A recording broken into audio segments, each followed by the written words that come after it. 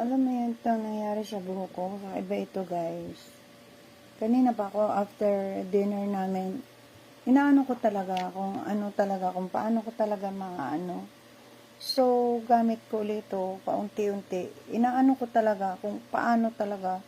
Pero hindi, para siyang bato sa tigas. Ito, hindi ko maano. Tulog na si Abi. Nung tingnan niya to, walang paraan, di niya magawa. Alam mo yung, niisip ko din nung nag-selfie ako, kahapon, di ba may post ako dyan, yung hindi ako nagpasintabi, yung papunta ko palengke.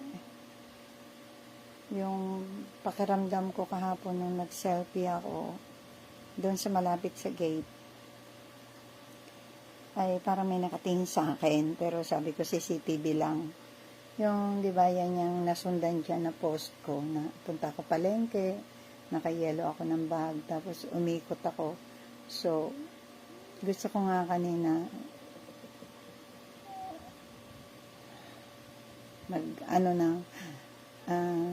kasi hindi ako nagtabi-tabi. So, pinatong ko yung cellphone ko doon sa gilid na kung saan mahaba na yung damo kasi may tanim doon na mga alugbate, nagugulay nga din ako doon.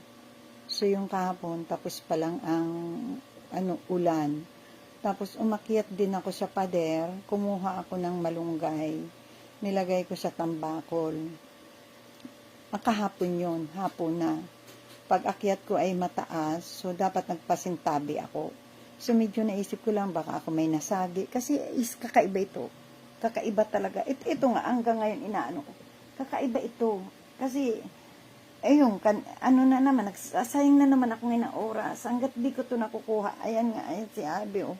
Sabi sa akin, wala rin. Walang katinag-tinag. Tapos, inano ko na ito, binabad ko sa tubig, nag-ano ako ng tabo, tapos nag-ano ako ng maligamgam.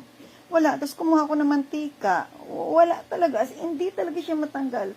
Hinahanapan ko siya ng na kahit siya isuklay ko. Isipin mo ito, guys. Ito. Yung siya nakabuhol na para siyang bato sa tigas.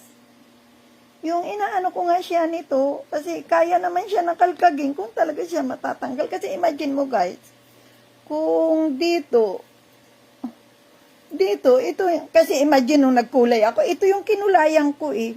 Ito, ayan hindi dapat nasira buhok ko, di ba? Kasi nung nagbanlaw ako, wala naman ako naramdaman na inabuhol. Ang shampoo ko galing sa kay branded eh.